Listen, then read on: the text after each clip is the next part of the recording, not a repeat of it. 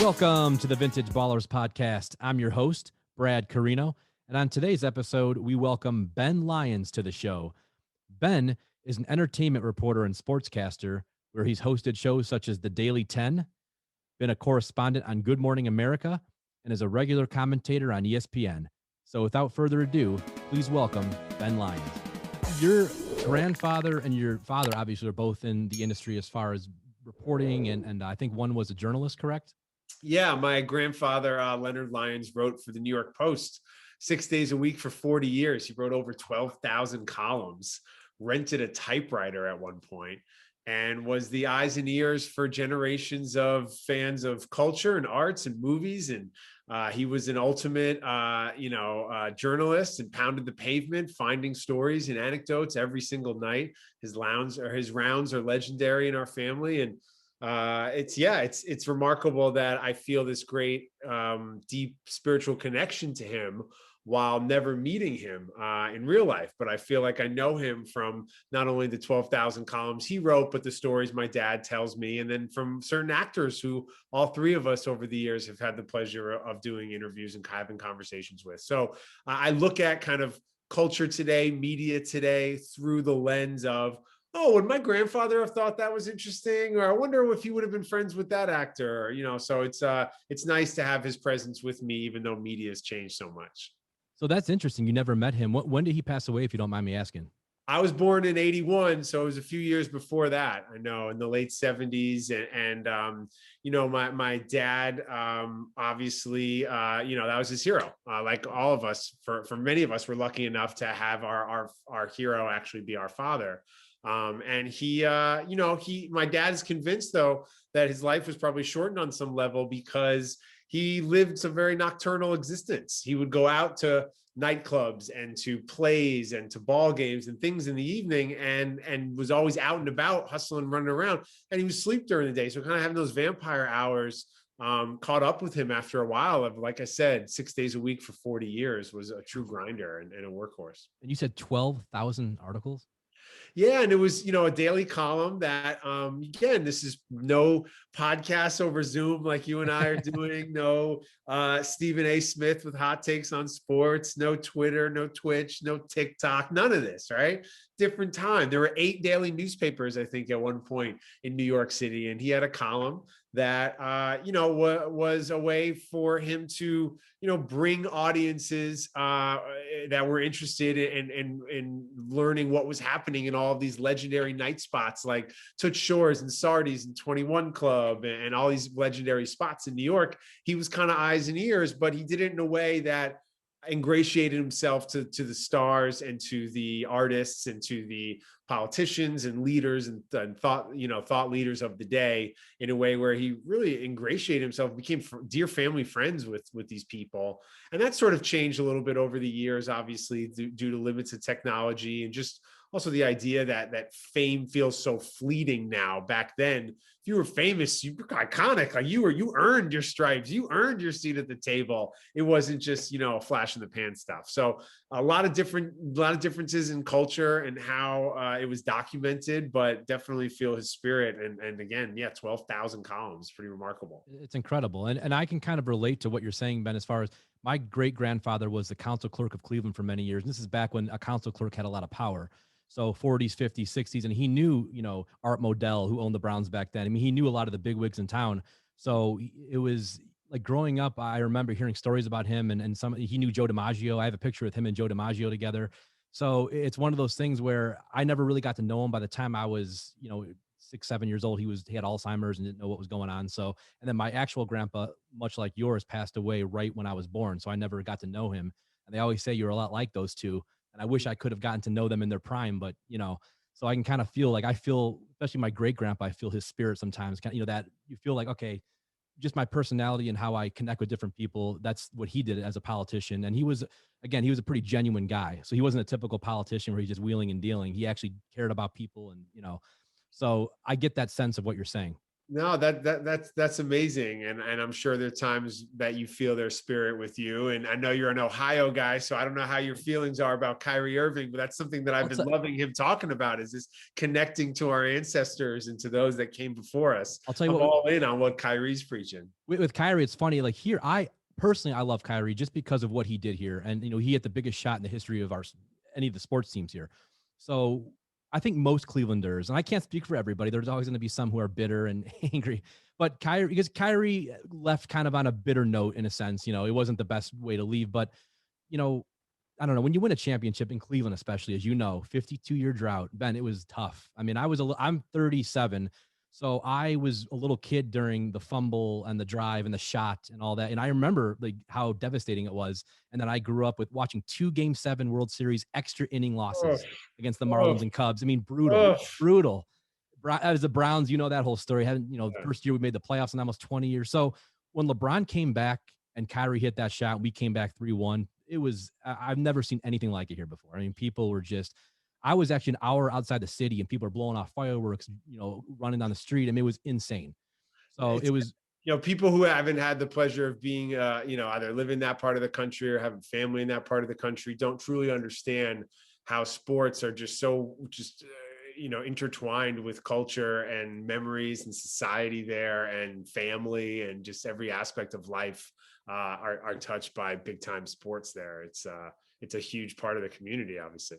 huge. And back in the day, people forget Cleveland was actually the 4th largest city in the country like 70, 80 years ago. It wasn't the small town. It's more of a smaller town now in a sense compared to a New York or LA or Chicago or some of the other cities. But back in the day, it was the place that people were at, years ago before manufacturing started leaving. So that's why there's so many Browns fans. People are always like, why are there so many random Browns fans? And they're terrible for so many years. But you have people who migrated out west to Phoenix and to LA and other places. And that's why you have these Browns backers bars everywhere and Ohio State bars. And, that's just how it was. So when I went up to LA, Ben, I think there's 5 Browns backers bars in LA, which is, you would think, why the Browns? But that's part of the reason why, is a lot of people left in the 60s, 70s, and 80s, and they continued being Cleveland sports fans. I mean, Hank Aaron was a huge Browns fan, and Elvis was a big Browns fan. Random people you would never guess were Browns fans, because back then, Jim Brown, Otto Graham, they were the dynasty back then, back in the 50s and 60s. So people just kind of kept going.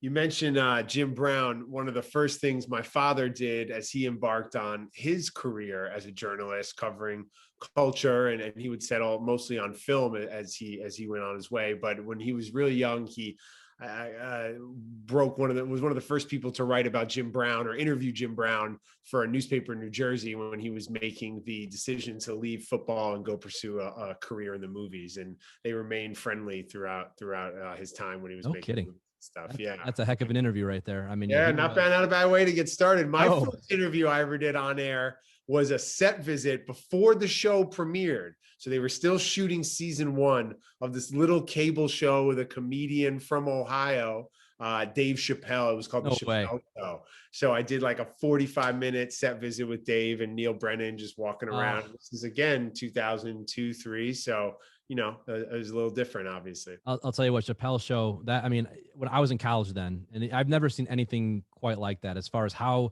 he took over an entire generation. I mean, you would walk around, everyone saying, I'm Rick James, but that's all you heard for years.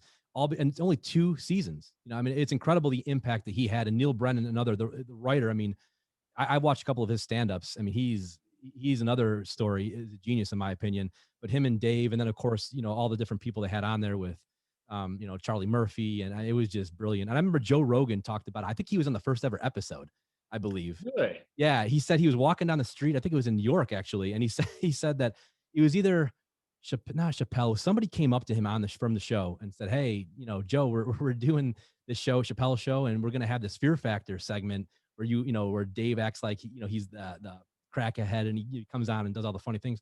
He's like, you're the host of Fear Factor, so why don't you come on and be the host in the show? So Joe's like, all right. So he did. And you go watch it when we're done. It's freaking hilarious. But Rogan's actually on, I believe it's the first ever Chappelle show episode.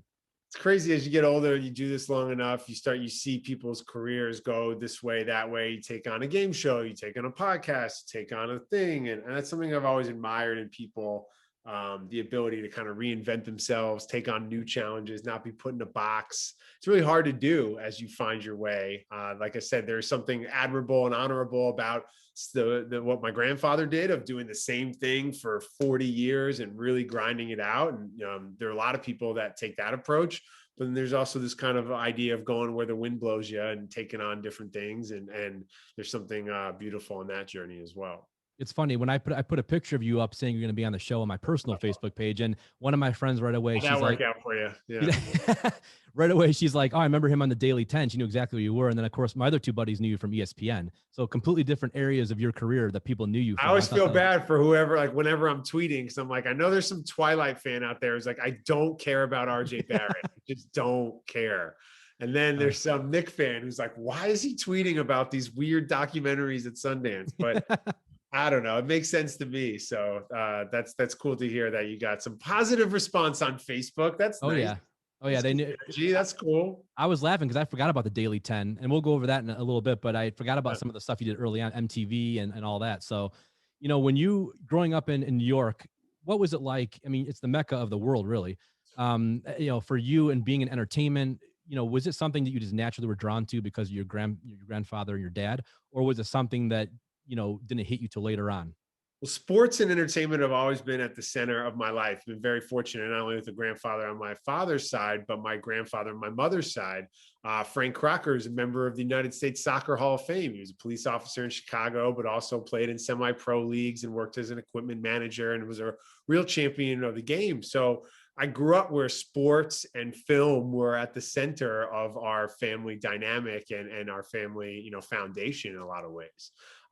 So it felt like the family business. I remember going with my dad to junkets, and when he was at NBC and the stars started coming to his set, I would go with him and hang out and help him do research. And there was nothing that I enjoyed more than, as a kid, seeing a movie, walking up 6th Avenue with Joel Siegel, rest his soul, and the other critics and my dad, and talking about a movie that I was probably a little too young to see, but it challenged me to think differently and look at the world differently. And so I very much fondly look back at my time in middle school and in high school, really diving into Kubrick and Spike Lee and different filmmakers, and really kind of Hitchcock was a big thing for me when I was young. And I felt and that's what my mother always says, Sarah Craig. She's like, it's not like your dad picked up the phone and said, "Hey, E Channel, hire my son."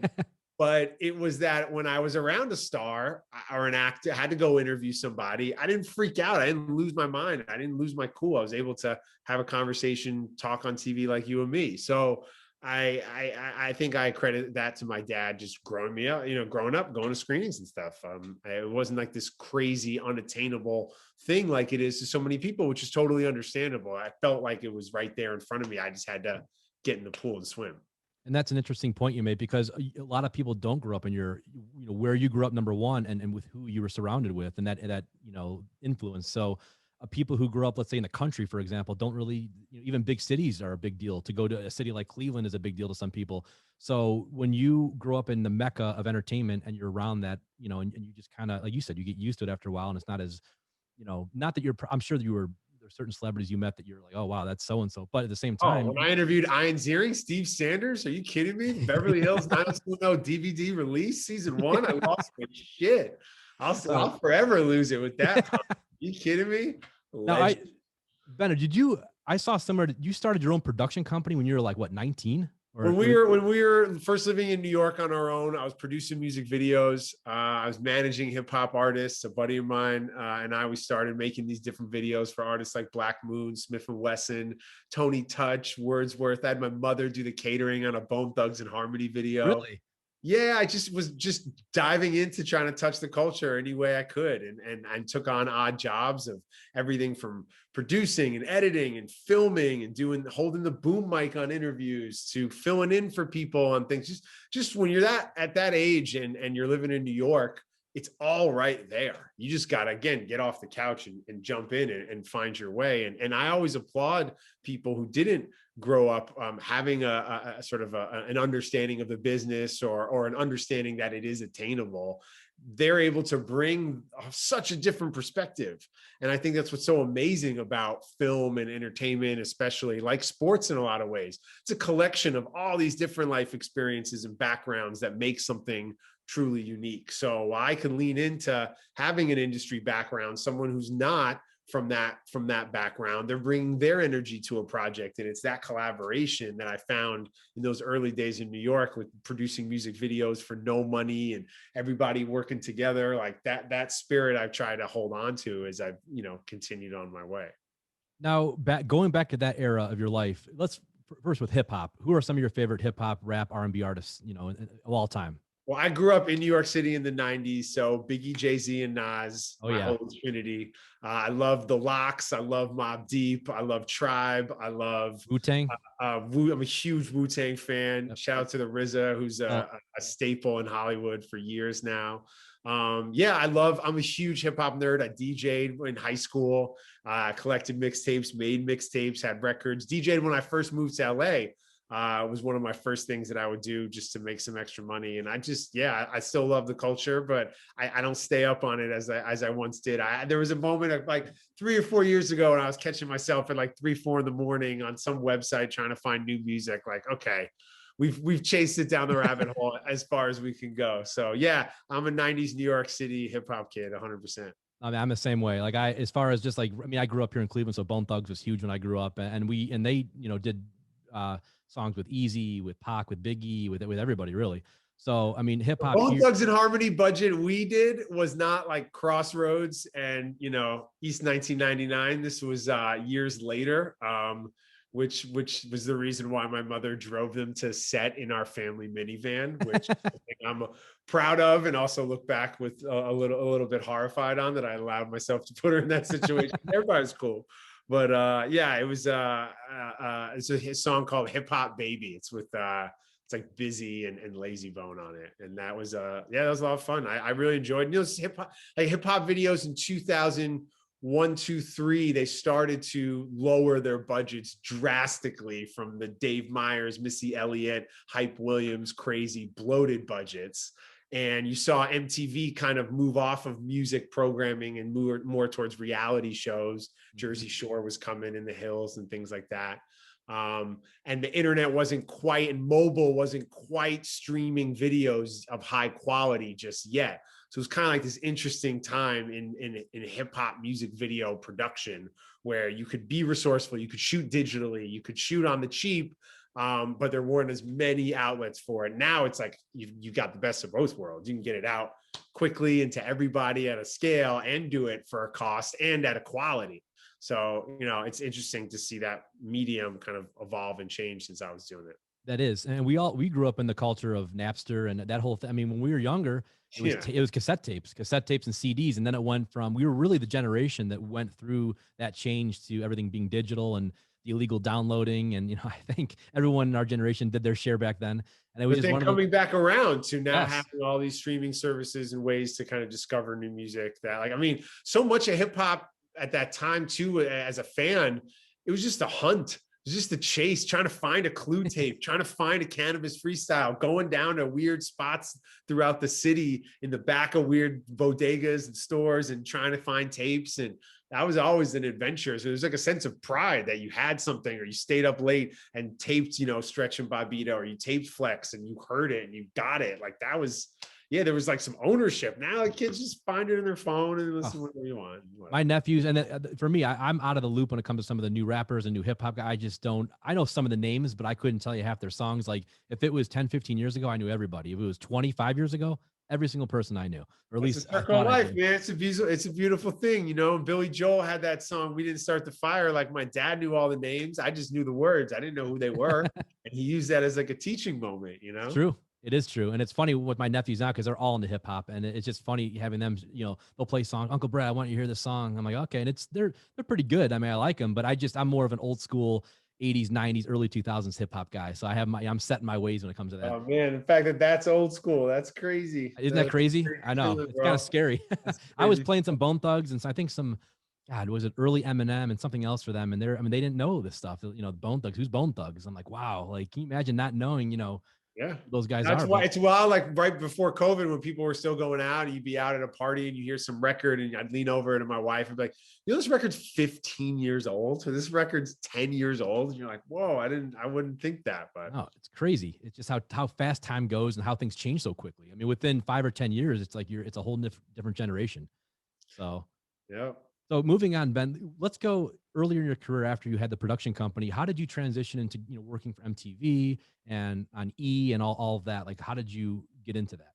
I was producing music videos, as I mentioned. And so I had a relationship with some people at MTV. A project came along called Your Movie Show. They knew I had a passion for film. I went in, met with everybody for it. It was me and Suchin Pak. And I got the gig. It was my first job ever being on television in a real formal way. 3 interviews, each one half an hour. Will Smith, Jack Black, Angelina Jolie. They flew me out to LA, the whole thing. And I signed a 6-month deal and worked for them for like 2 days, and that was it. And it didn't work out with MTV, but it lit a spark in me and a fire to be like, I love doing this. I want to keep doing this. I'm going to figure it out. So I moved to LA. I was doing hits on MSNBC. They had a movie show on Saturdays. My agent at the time got me an audition with the E channel. I went in kicking and screaming. I went in like, I don't do this gossip bullshit. Like, I don't want to. I remember being very steadfast in not wanting to do that. And of course, as life should have it, it was the greatest thing that ever happened to me. Like, it was a wonderful time in my life where I got to work with people I'd admired for years and now call family. And I still look back out of all the fun things I've gotten to do in my life and career as sort of just because it's your first. And yeah, I worked on the E channel, got an audition and got the gig and worked for 5 years covering film, traveling the world and doing the thing. And that's just like changed the game for me. And I look back on it fondly and yeah, I definitely have a lot of stories to tell when I'll be 90 sitting on the porch one day.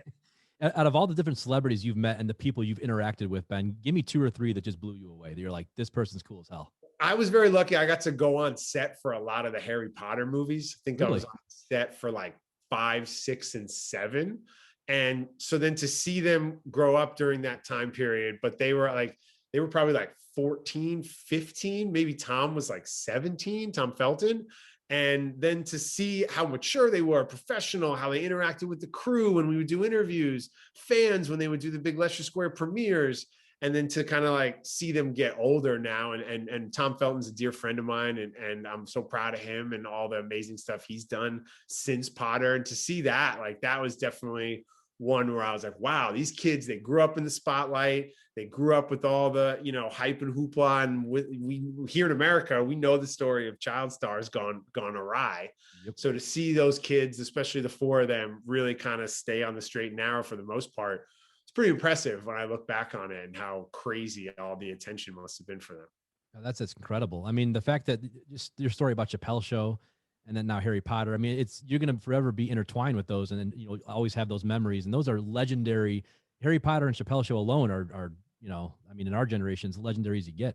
Yeah, no, it's cool to now have some distance from that time in my life and to see that certain shows, have a special place in the culture or movies. I remember going to Comic-Con with Jon Favreau in 2006 before it was like, we're doing the whole, let's release it for the fans. He just wanted to like walk around and check out the vibe. And then the next year they came back with Iron Man and they announced it and did the whole thing. And then the film came out in 2008. So to see that, and then obviously years later at Comic-Con, Marvel Saturday is just like the thing. So that whole kind of progression of the comic book movies becoming what they were, I look back on that now as like, wow, that was amazing for a studio to take a chance, not only on Favreau, but a guy like Downey. Like, Downey was down and out and had a lot of baggage that came with him. And the fact that they entrusted him to play this guy who would become the centerpiece of the Marvel universe as we know it, like that's I don't know, those kind of executive decisions on like a big corporate level inspire me, because it's great art and craftsmanship to do that,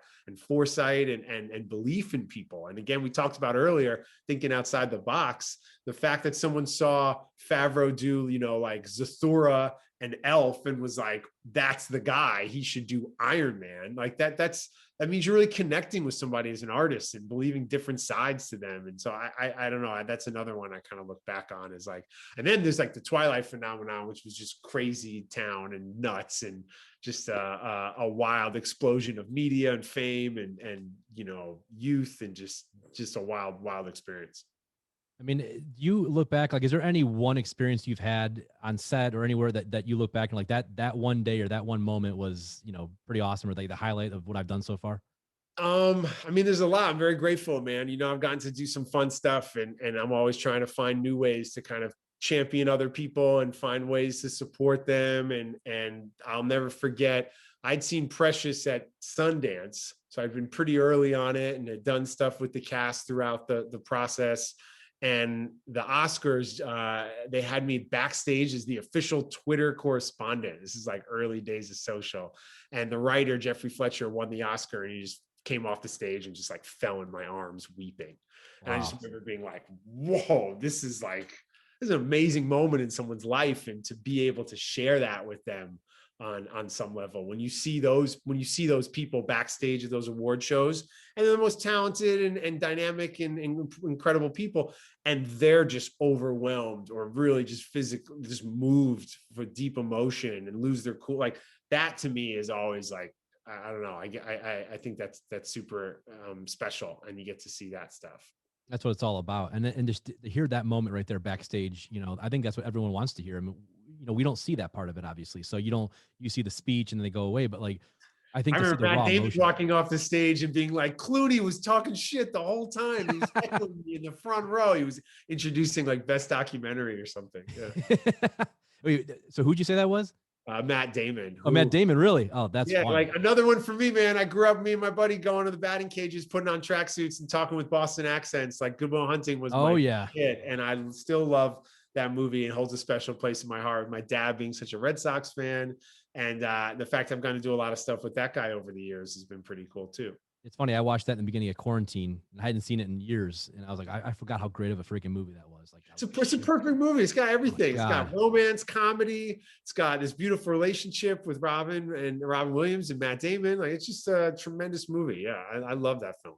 And Robin, what a talent he was. I when he passed away, and I've had two friends who took their lives, so I know what that's like to have. And people don't understand. Not to get on that subject, I know it's a pretty dark subject, but it's something I think it's important to talk about, because, Robin had suffered for a long time. And I understand that, people, you don't understand what someone's going through, in their own mind, and what's, especially with mental health. I've had my own issues. I get it. But to lose a talent like that, I mean, it was just heartbreaking. I think for everyone loved Robin Williams. How could you not like Robin? And yeah, he was remarkable talent, and it's a sobering reminder to remember that everyone's going through something. I often look at his conversations with my dad over the years. They're incredible. If you'll indulge me, go on YouTube and look up Jeffrey Lyons, Robin Williams. And it's just 12 minutes of fast pace, because my dad's done his homework. He knows all the Danny Kaye references, all the cues to get him really going. They had some great conversations over the years. And God, I remember the night that the news broke about his passing, I was hosting a live premiere of The Giver. It was a big book that turned into a film with Jeff Bridges and Taylor Swift. And we were about to go live. We were streaming into like a bunch of movie theaters across the country, red carpet before the premiere, whatever. And the news broke, and it was devastating. And Jeff Bridges did the Fisher King with him, just came up and started crying in my arms. And we got through that moment on live, TV or whatever it was. And that stayed with me always. And Jeff knew my uncle really well in the 70s and knew him well. And so that was a special healing and bizarre moment. But like, you're reminded often, because it is so special and Hollywood and glamorous, and when darkness sort of penetrates its way in and the human element comes out, it's can be intense. But yeah, Robin Williams, they don't make him like that anymore. There's nobody that's like that guy. Not even close. No, he was of a different planet. I mean, I remember watching some of his early stand up, and I forgot how brilliant he was. Yeah, I mean, that guy, he could do it all. And I was like, comic wow. relief things are great with Billy Crystal and Whoopi Goldberg, and yeah, he's incredible. Yeah, he really was.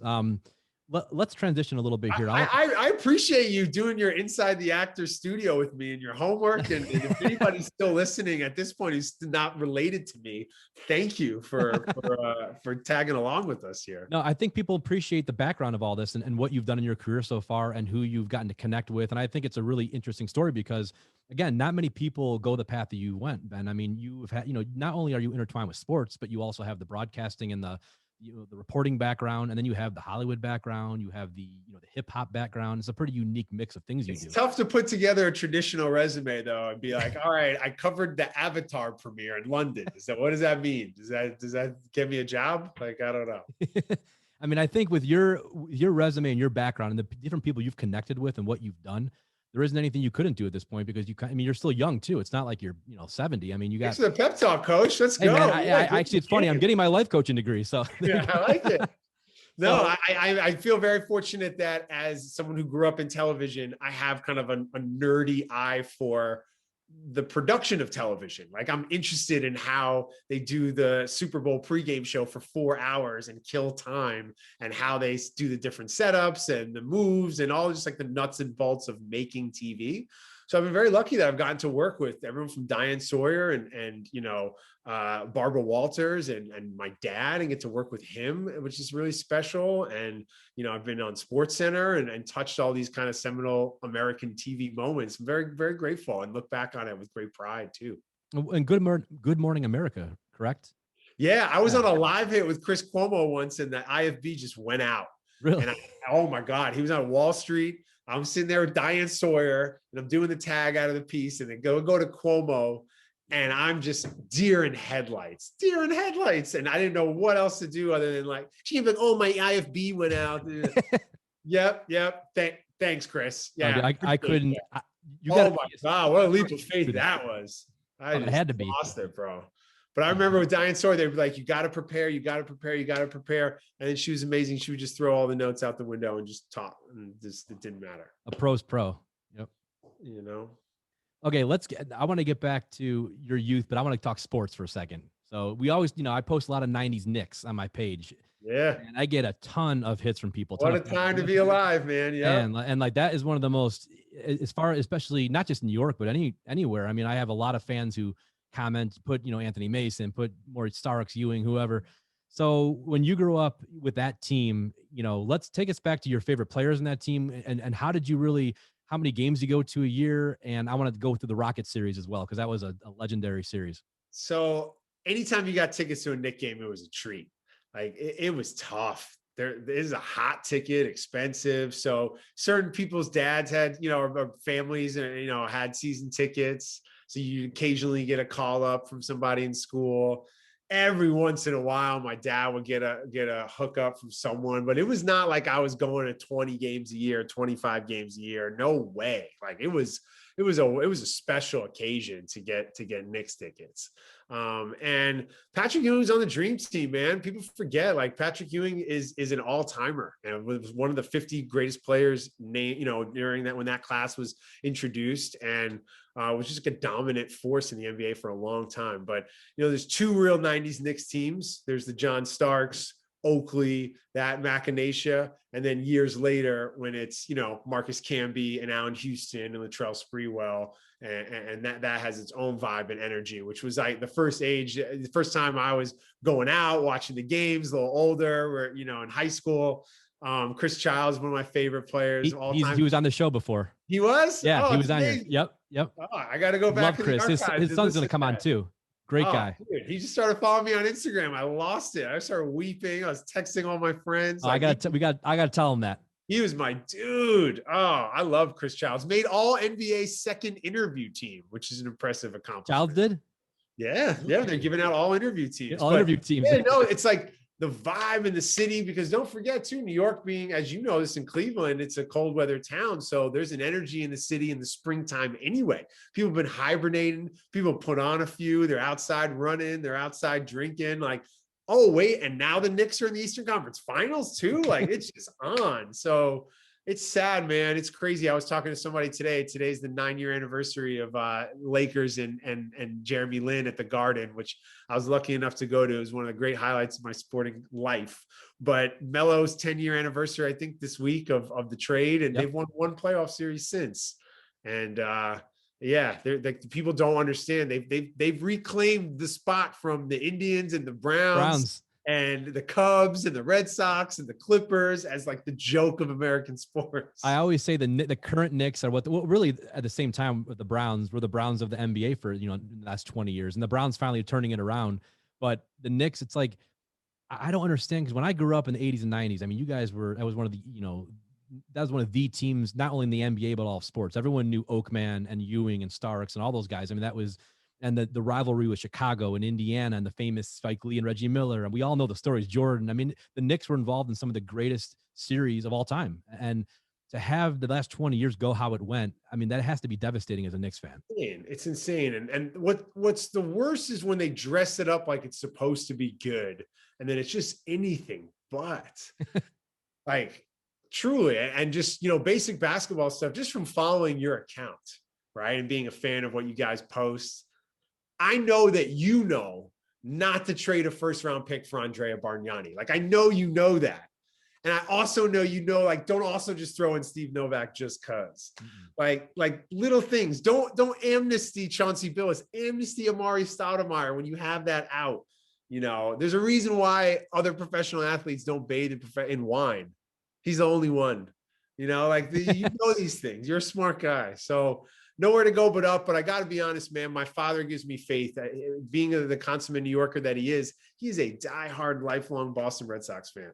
It's going to say cause of death, Boston Red Sox on his tombstone. He left my high school graduation early because Pedro was pitching. Like, he is a fanatical Boston Red Sox fan.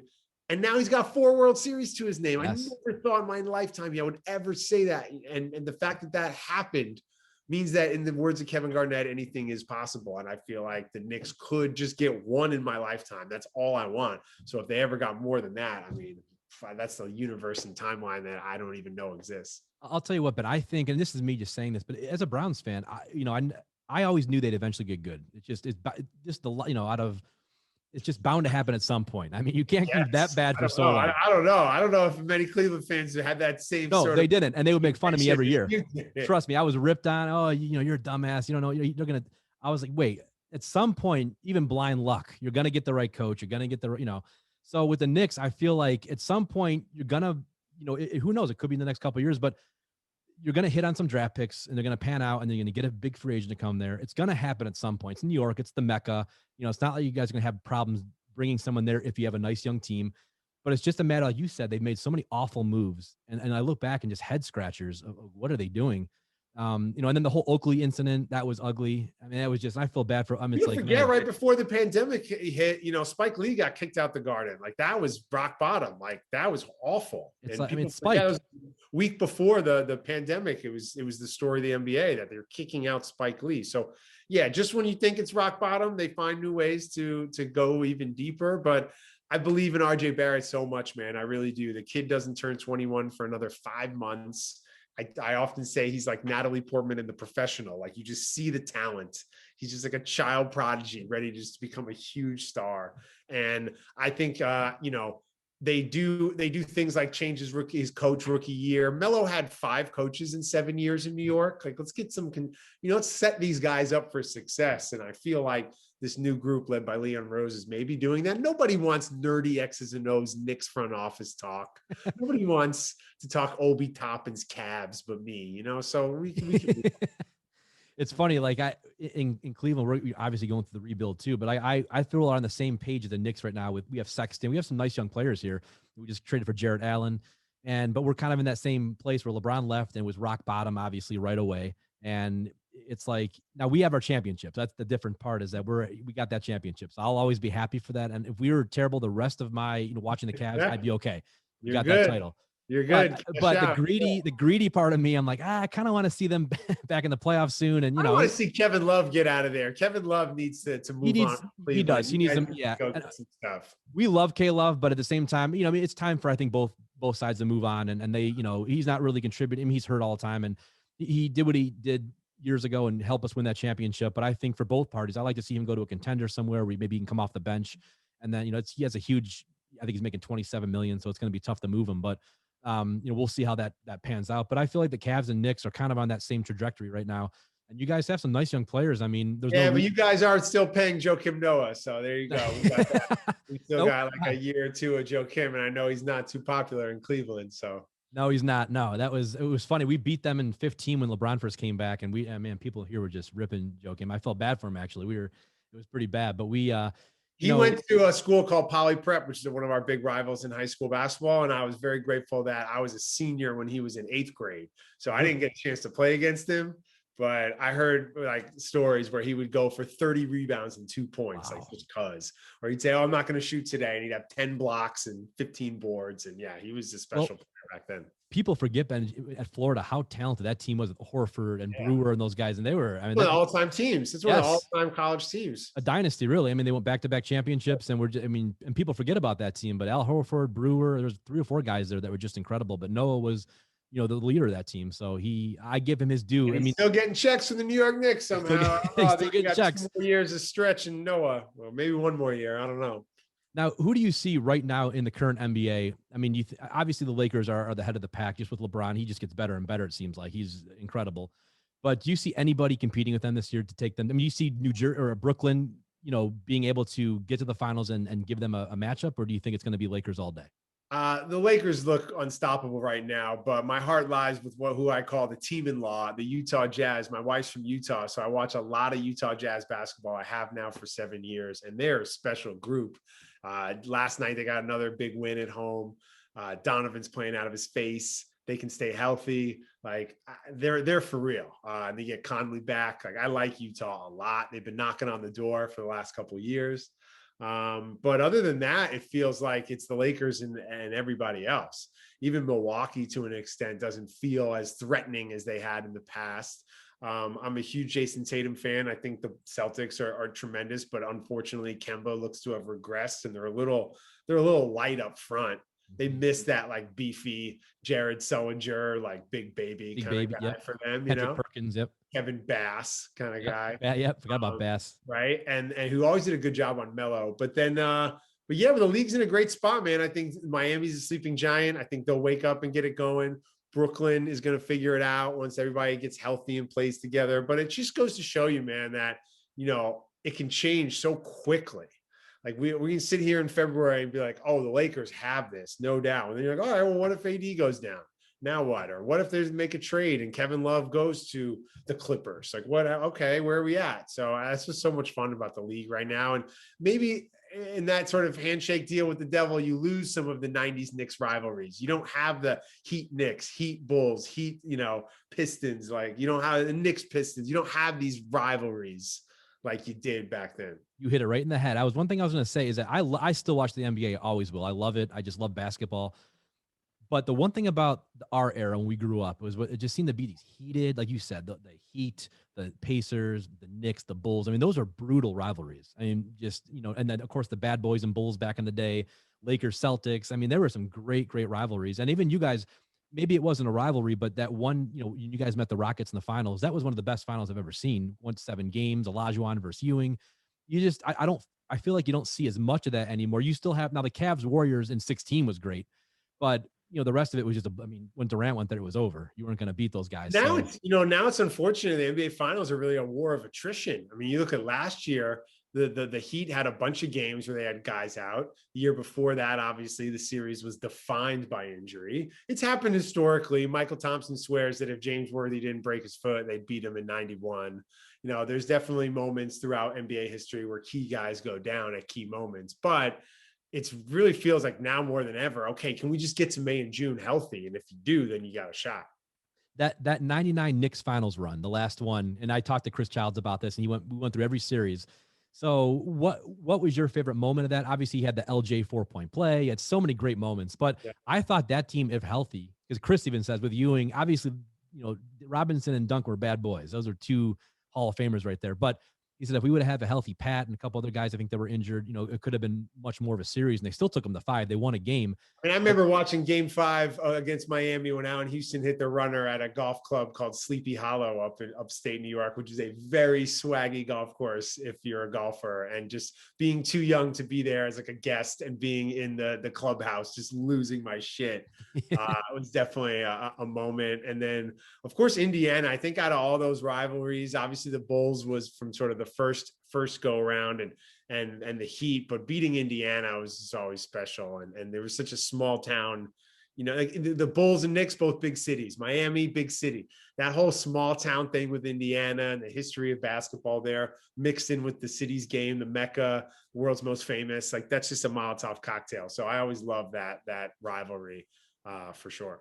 That team, that Knicks team is so like, even now when I post pictures of anybody in that team, people go nuts. I mean, LJ, Child, Sprewell, Houston, Charlie Ward, you name it. It was just dope that like Larry Johnson's game evolved and stretched out to the 3-point line. He was such a high flyer coming out of UNLV and down in Charlotte. And then his old man moves like back to the basket stuff was really like a different wrinkle in his game as he got older and his body sort of broke down on him.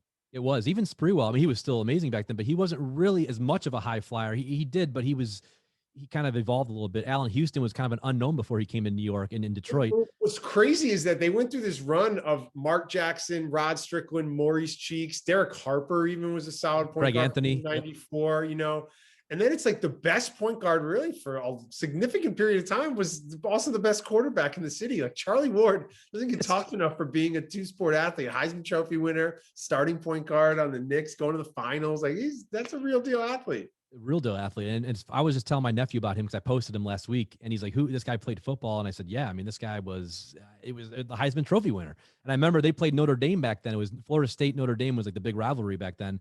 And Ward was phenomenal. I mean, he was today's media culture, again, like I think about my grandfather and the way he covered culture and sports and film and entertainment. Let's do that. Let's go through that exercise for us. Imagine if a guy won the Heisman Trophy and then went and played point guard for New York Knicks. Oh my God. He was a star in sports. It would be incredible. Right? I mean, if Kyler Murray was the Knicks point guard right now, I mean, we'd be going nuts. It's like, I think about that often imagine what Deion Sanders was doing, playing in a baseball game and a football game in the same day. Like guys doing that now in the era of Twitter and social media, like it would be crazy. I even think about MJ. I know he's popular and obviously he's huge, but like back then there was no social media when he was in his prime. I mean, can you imagine he would have, the posts and the constant, everything would have been MJ. Because right now with LeBron, I mean, LeBron's the MJ of this generation, and it's all you see is LeBron. I can't imagine with MJ back then because he was. If any team wins, if Brooklyn wins, if Milwaukee wins, if Kyrie or James Harden at this age say, I'm going to go play baseball. I'm going to go play minor league baseball in Birmingham, Alabama. Like, what a media circus that would be. I mean, it was back then, but and then you throw in the personal tragedy. Imagine LeBron James's mother, what happened to Michael Jordan's father. Like, oh my God. Like that was just like today's media circus and everything. Like it's wild to see how we tell stories affect like the story's impact on our society. Yes, you're right. And Ben, did you watch The Last Dance at all? Oh yeah, of course. Yeah. Oh, it's friggin' epic, I thought. It's cool. In the first episode, I was talking about my other grandfather and his connection to soccer. In the first episode, where they talk about how there was an indoor soccer team that outsold the Bulls before MJ came, the Chicago Sting. That was my grandfather's squad. Really? So got a little shout out there. We're playing at the Rosemont Horizon in the Chicago Stadium, the old Chicago Stadium. I remember them saying that because the Bulls were nothing back then. They were any right. Right. The Sting were the thing in Chicago. So it was cool. But yeah, but again, imagine Dennis Rodman getting like 20 boards, walking out of the arena, chugging a Coors Light, and then getting on a Miller Light, and then getting on a helicopter, a motorcycle with no helmet.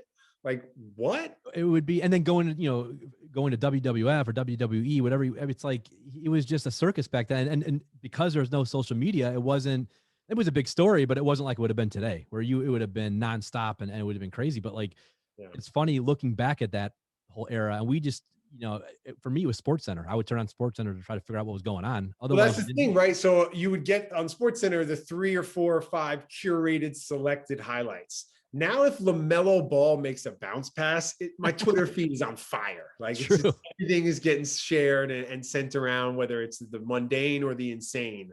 And back then, it was much more of a curated, crafted narrative to sell the fan in Cleveland or New York who didn't get WGN and watch the game. Here's what happened. Now you're getting 1,000 highlights of one highlight. You're getting all these different angles, fan angles. You're getting slow motion phantom cams. You're getting all this kind of stuff. And then again, if Michael Jordan ever dribbled off his foot, which he did because he's a basketball player, oh my God, it'd be memed and be shared and everywhere. And it's just totally different. That's true. When you look at the old NBA versus the current NBA, which style do you like better? We're talking like the more physical hand checking compared to the more shooting 3 points today. Which style do you like better? And do you think this current style, the 3-point shooting, do you think this will continue for quite a while, or do you think we'll go back to bigs eventually? Or how do you think that's going to evolve? Nostalgia is a powerful drug, powerful currency. It's always easy to look back as the good old days of what once was, but there's a reason why the players play longer today. There's a reason why they score more. They're more skilled. They're more focused on their health. Jalen Rose often says, we worked out. Today they train. There's a summer league that's really developed now. There's a minor league that's really a part of the fabric of basketball here in the United States. The development of the women's game. Women's game is leaps and bounds ahead of where it was when Rebecca Lobo and Cheryl Swoops and Cynthia Cooper were just getting the league going. And were true pioneers in doing that. But now you look at Breanna Stewart and you look at Paige Beckers at Connecticut, who's coming. Like the women are taking it to new heights. So I think today the game's been as great as it's ever been. I think, the money obviously has changed things and has made it more of a big business. But with that comes like an attention to how these guys are performing. Like gone are the days of, this guy was just like totally hungover all the time and never used to get back on defense and whatever. I've been doing a lot of reading on sort of the culture of baseball and how crazy it was back in the 70s and 80s and hard drugs and then performance enhancing drugs and all these things. And the NBA, to its credit, like these guys are world-class athletes. Like there's no more like Oliver Millers and Rick Mahorns and Mike Sweetneys and Othello Harrington. Like these dudes are long gone. And so I think the game, yes, my heart will always be in the 90s, always. But let's be real, like the guys today are absolutely ridiculous. No, they are. And there's no doubt about it. And most of the former players I've had on who played in the 90s or back in that era all say they wish they could have played in this era. Number one, because the hand checking rule, like, man, we would have scored way more. And then, yeah, but you're guarding a guy 7 feet tall with handles. Like, no, that's true. 7 foot had handles back then. Now everyone has handles. And yeah, the big, has gone away. I mean, not only was it Ewing and Olajuwon and Shaq and Robinson and these guys, but it was also Brad Daugherty and Alonzo Mourning and Buck Williams and Kevin Duckworth and Sikma and Smits and every team, Cycli, every team had a guy, right? Yep. And but now what Jokic is doing, shooting the three, like in Embiid and Jurkic and they're just Nurkic, like these dudes are so skilled. They really are. It's incredible. I mean, like I remember watching an interview with Kobe and Shaq when I think it was 3 or 4 years ago, when they interviewed each other for the first time. And it was a great interview. And I remember they kind of talked about how their team, Kobe and Shaq, and what they would have been like in this era. And Shaq's like, Kobe's like, oh man, Shaq would have killed these guys. Like he would. And it's funny because people think it would be the opposite. Well, the 3-point shooting, but Kobe's like, who is going to guard Shaquille O'Neal? On Golden State, for example, who is going to guard him? He's like, he had to. Even back then with the bigger guys, they couldn't handle him. He's like, you imagine today. He felt like a cheat code. He felt like you created a player with 99 attributes and you were trying to get your stats off. Like there was always something different with Shaq and Giannis and LeBron, and these guys are so great, even Durant, but it doesn't feel like the rules of basketball are changed when they're playing. Like they're amazing. I think Durant's arguably just like the most skilled player ever, but it doesn't feel like you're watching slam ball or volleyball or Nukem or like something different. And that's what Shaq was. It was just watching a different sport. He really was. When he first came in the league, tearing down backboards. I mean, we'd never seen anything like that before. And it was like a Steph Curry effect. It was like Babe Ruth shit. It was. It really was Babe Ruth shit. American folklore. And for the younger people who don't know, or never got to see Shaq play in his prime, go YouTube his highlights, and he really was a monster, and you couldn't stop him. And when you add Kobe with that, and Robert Ory and Fisher and those guys, no wonder why they think they had the greatest team of all time in '01, because I mean, that would have been a tough team to beat in any era, so. The Knicks often find themselves like the butt of some of the most disrespectful dunks in basketball history. You got Frederick Weiss getting jumped over in the Olympics by Vince Carter. Yep. You got Shaquille O'Neal on Chris Dudley. Just go look that one up. Oh, I remember that. Scottie Pippen on Patrick Ewing, which they make T-shirts on and stuff. Even if you're like a new school guy, you got Giannis jumping over Tim Hardaway Jr. So the Knicks always find themselves just on the other end of the posters. I'll never forget the Dudley when we just pushed Chris down. I mean, Shaq and Chris was mad. He threw the ball at him, I believe. Ball at him. Yeah. I'll never forget that. But yeah, it's funny going back and forth. I was talking to CJ Watson, who played with Steph Curry his rookie year, and we were talking about the Steph effect. And he's like, we obviously knew Steph was going to be very good. Now, did we know he's going to be an all-time superstar? No, but you knew he had talent. You knew he was special. But he was just saying how, over a period of time, just his shooting ability is so, I mean, we've never seen anything like him. We've seen great shooters, but Steph took it to a whole different level. It was kind of like Shaq in the sense where he's almost unstoppable when he's on his roll, and I mean, he can shoot from 50 feet away. It's like, how are you going to stop a guy like that? Combination of shooting, passing, and dribbling. We've never seen it before. It's really amazing, and I'm glad he's back healthy. Me too. I love how he champions women's basketball, having daughters, doing his camps for girls, doing his exclusive shoes for women. He's a big golfer, which I am too, and I think he's going to have his own tour event one day.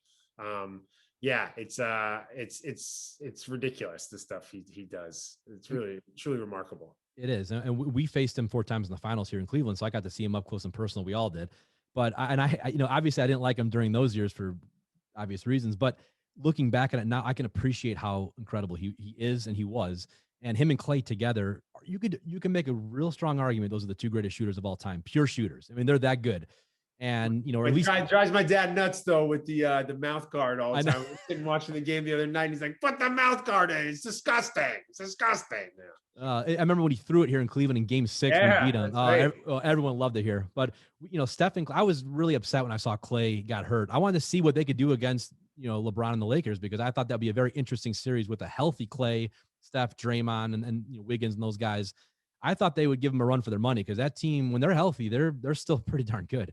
You asked me earlier about some of the things I look back on in my career that I'm proud of, or highlights or moments. In 2018, I partnered with Rock the Vote. We've done a lot of work with over the years. And we went up to Warriors practice about a month before the registration deadline for the midterms. And Elsa Collins, who's Jaron Collins' wife, she's a real deal, big deal activist and an incredible woman. And she introduced us, got us all hooked on there. Jaron's an assistant coach. And it was me and Carolyn DeWitt, the president of Rock the Vote, and Elsa. And Coach Kerr was like, "All right, here's the floor, guys. Talk to everyone about voting." And to stand up there and look at Durant and Steph and Draymond and Clay and have this kind of conversation, that was a moment for me. I was like, there are no cameras filming this part of it.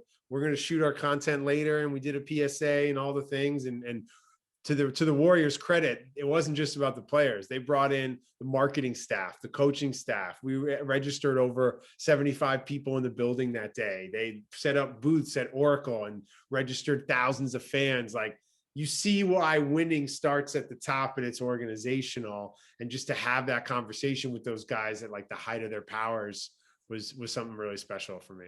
That had to be. Yeah. I mean, and like I said, that organization at that time was, I mean, as good as it gets. I mean, you couldn't beat them when they're healthy, and just from top to bottom, that was the fact that Coach Kerr made a priority in the week before the season started to be like, "Hey, today at practice is Rock the Vote Day, and we're going to have this conversation and do that." It shows just what leadership is, and it's the reason why they're going to be back, and hopefully it's with Clay when he gets healthy, because he's one of my favorites too. Getting to work with his dad for years at ESPN. Michael. What an interesting guy. Oh my God. Does not get the credit he deserves nationally for being a true character. Like, they would set up in a private family room for him a television during the NBA finals on Monday nights, because he would go in the back and watch Monday Night Raw.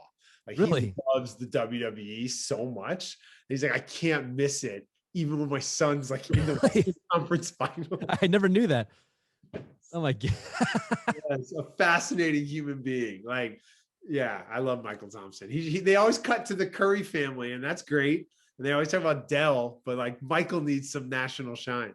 No, that's funny. I never knew that about Michael. I mean, I remember his Laker He days, loves but this guy. oh, that's Yeah, and funny. from the Bahamas and went to Minnesota and just has like an interesting, peculiar perspective on life. Yeah, really, really a joy to be around.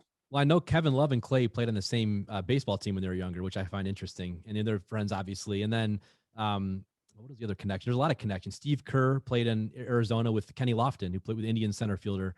He played basketball for Arizona back in the day. So they're friends, and a lot of interesting connections there. Start And to realize that as you get older, when you're a kid and they're all baseball cards and posters on your wall and bobbleheads, it feels like it's your own sort of Marvel universe. But then as you get older and the business of sports becomes more apparent, you start to realize the personal relationships that everybody has. It's kind of like a game within the game in certain ways. you're right. And I think Steve Kerr, getting back to him real quick, I think his history, his association with basketball and the history of basketball, being with Arizona obviously back in the day, and then coming out and he was in Cleveland for a little bit, and then of course his days in Chicago with Jordan, kind of learning how to win championships, and then he goes to San Antonio and wins, and then of course now he's a head coach of a dynasty. I mean, he really has an interesting career when you look back at it, and a heck of a career that he doesn't really get credit for. It was incredible to see him. You mentioned The Last Dance, get the shine that he did in that film, and to have his personal story told. And yeah, you really have a deep understanding of what a remarkable man he is, and what his contributions are to the game. And there's so many people. That's what's beautiful about sports, in particular the game of basketball. Again, we were talking about collaboration earlier and how people bring their different perspectives. Like, there's so many people who move the game, touch the game, support the game. We just lost here in New York the other day an absolute legend in the world of basketball, a guy named Tom Konchowski, who was a scout. I saw everybody posting about him. Yeah, and I shook his hand when I was playing high school basketball. When he came to the gym, it was always a thing. Hello, Mr. Konchowski, how are you? And this is a man who didn't have a cell phone, didn't have emails, wrote a newsletter that he would send out to hundreds of college coaches 16 times a year that broke down all the recruits. And he had like a Rain Man photographic memory, where if he met you once and saw you play, he could recall that years later. Was the first one to really identify Michael Jordan as like a transcendent talent. This is what titan of the game. And, will be a footnote in basketball history, because there are so many other remarkable men and women of his stature as well. I think I saw like Billy Owens and Kenny Anderson and a bunch of guys. There might have been a couple other New York guys post about him right away. And I've seen the name before, but I didn't know much about him. And when Story of my basketball career, junior year, when he came to watch us play Fieldston, I got in a fight with Ariel Schulman, who's a good buddy of mine now, and went on to direct Catfish and some of the paranormal movies. And yeah, Ariel caught a Chris Childs 1-2 with a little right hand hook, and of course, Mr. Konchowski was there, so that handshake did not go well. That's great. Well, how, did you play? So you play basketball? Did you play any other sports? I played soccer, basketball, and baseball growing up. No kidding. Fell in love with golf on our spring training. We would go to Arizona and play baseball for spring training, because in New York City in the snow, and we'd raise money and go out there. And I loved golf, but I had a lot of people don't know this about me. I had a lot of health issues when I was growing up as a kid in high school. Broke my ankle in 8th grade, had a staph infection in the bone of my knee in 9th grade. Had a year of antibiotics. It came back, had it again my sophomore year. Junior year, I had a bone cartilage separation in my ankle. So in 3 years of high school, I had 3 major surgeries. And so the fact that I even can look back on that time in my life now fondly, despite all the rehab, despite missing a couple baseball seasons or a soccer season here or there, I played 4 seasons of basketball, and got to experience that, which is just such a part of growing up, such a part of life. And if I've been on the sidelines of my own athletic career because of health issues, I don't know if I'd still have the same emotional connection I have to sports today. So Ben, I grew up, my brother was a leading scorer in Cleveland back in 1991 in high school basketball. Oh, wow. So he knew, he played AU against the Fab Five. It was 91. So it was Weber, Jalen Rose, Jimmy King, all those guys, Juwan Howard. And, I remember growing up with literally the news channels coming to our house, filming him play in the driveway. And I didn't get it. I was 6, 7 years old. So I wasn't I didn't fully understand how big he really was. Yeah. And I remember Tom Davis and Bobby Knight and a bunch of people recruiting him. So he ended up going to a small NAIA school in Ohio called Rio Grande. But long story short, he, through his basketball career, I met a lot of people within. That's why I know so much about the NBA of that era, and about, because he was all over the place, my brother. And the passion I saw with him and watching him really gave me a passion for the sport. So I only played 1 year of high school, but watching him and seeing him in the driveway in the snow shooting, 100 shots when it was a blizzard, it stuck with me. I'm like, man, that dude was dedicated. I mean, you can't, you just don't, it doesn't ring with you when you're younger. But as I got older, I'm like, that's what he was doing back then. And it does hit you. It kind of hits me. I'm like, I have a respect for the game, and I have a respect for sports because of him and all the people that and seeing his work ethic, Ben, and just being around the people I was when I was younger, not as big as the people you were around, obviously, but at a Doesn't smaller matter, scale. but it doesn't matter. It's not about that. These are people deeply connected to you emotionally, and you saw that, and that's inspiring. Absolutely, man. That's a really cool bond to share with your brother.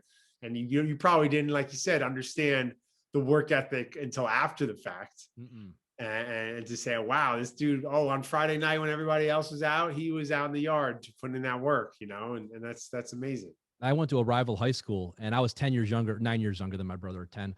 And I remember they thought I was going to be as good as he was. And they're like, oh, we got little Coreno. And the whole school, oh my God, we got little Coreno. And I'm like, man, I'm not my brother. Like, you 6'5", like you could jump out of the gym. I'm like, I'm not him. I was good, but I wasn't like that. Yeah. And so I hate to say, but I quit after my freshman year because I felt a pressure. It never was put on me by anybody, but I just felt this internal pressure to try to be like him. And I'm like, I can't do it. And I don't regret quitting, but I also, I stuck out my freshman year. And then afterwards I'm like, I can't do this anymore, because I kept thinking, like, they think I'm going to be this 31 points a game type of, I just, and it was something interesting, because my brother was actually the one. I talked to him. I go, what should I do? He's like, hey man, if you're not passionate about it, if you're not enjoying this, don't do it. He's like, don't just stick it out for me or dad, No, make sure you have a passion for what you're doing. That's so true, man. That applies to everything. And to be able to do, when you're younger, you're afforded more opportunities to find your passion and explore your passion. When you're older, life responsibilities comes crashing in sometimes, and you can't always just do what you're passionate about. But when you can, you got to hold on to it, and you got to fight for it, and you got to try and do more of that, because that's the secret sauce, I think. 100%. And I want a couple more questions for you. Yeah, I no doubt, appreciate man. your time tonight, man. This has No, been it's all great. good. Thanks for having me. Absolutely. So I ask this to every person that comes on the show, and I love hearing the answers.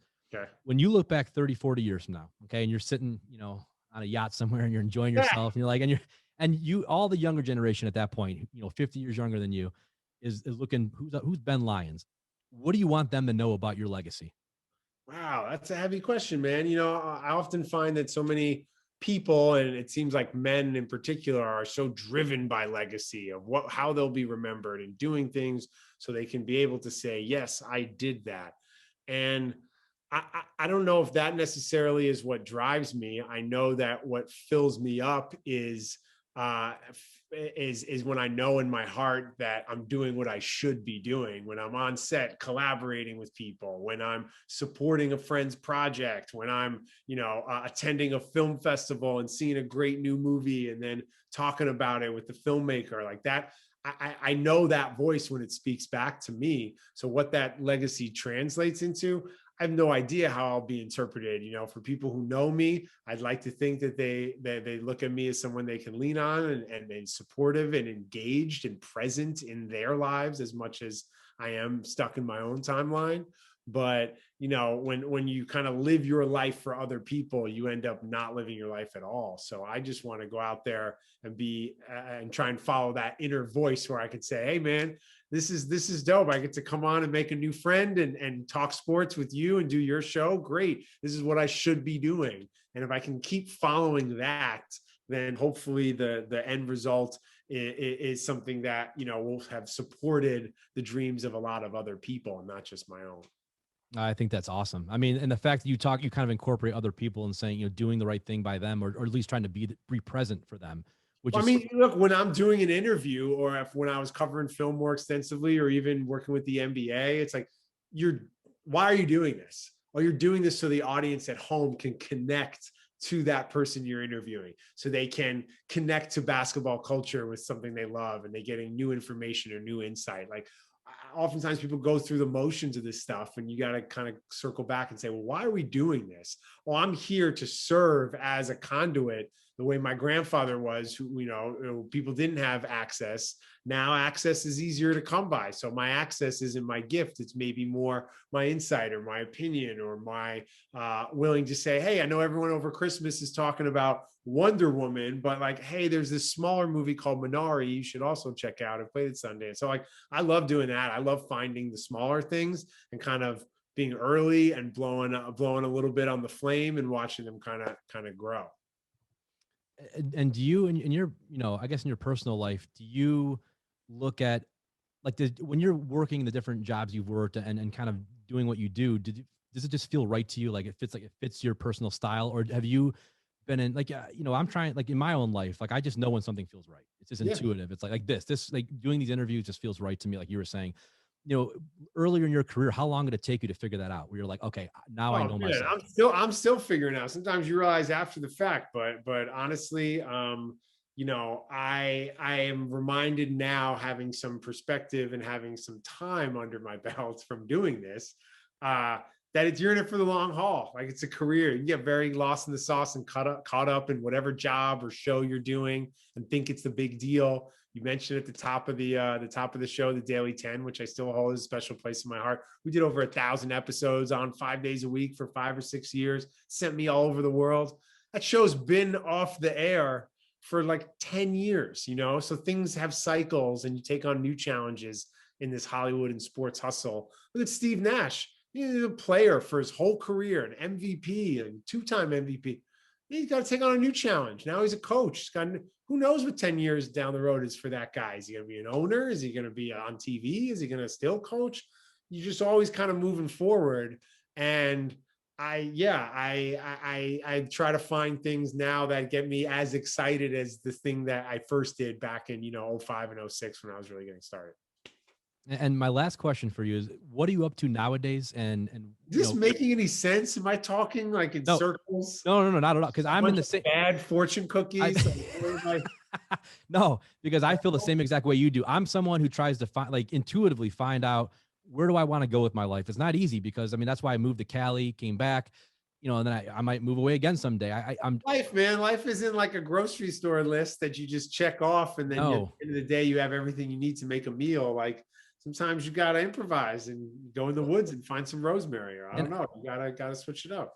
And I feel like a lot of the younger kids coming up, it's all about the hustle. And I understand that you got to do your thing, right? You got, but I always tell them, try to be genuine with people. If you're genuine and people know you have good intentions, I just feel like I've met so many people in my life who are shysters and trying to have hidden agendas. And it's like, I tell my nephews all the time, try to be genuine with people. If you're genuine, most people pick up on that and they'll know this dude has good intentions.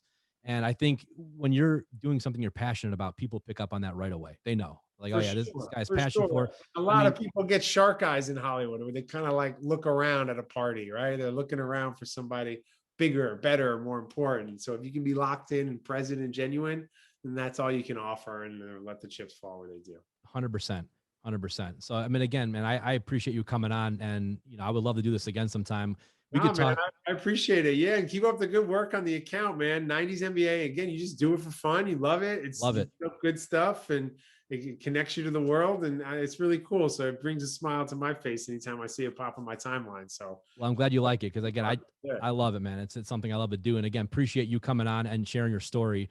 And we'll have to do this again sometime because we could talk about basketball for, just the 90s Knicks for a couple hours. So. Bro, as an Ohio guy, we didn't even get into this. I want to sign off and say, thanks for having me. Go Blue. My fans, trust me, here, Ohio State, as you know, is a religion. It's a religion. So Go Blue. Juwan Howard, best coach in the country. All right, Ben, man, I appreciate you coming on the show, and, have a good night. All right. Yeah.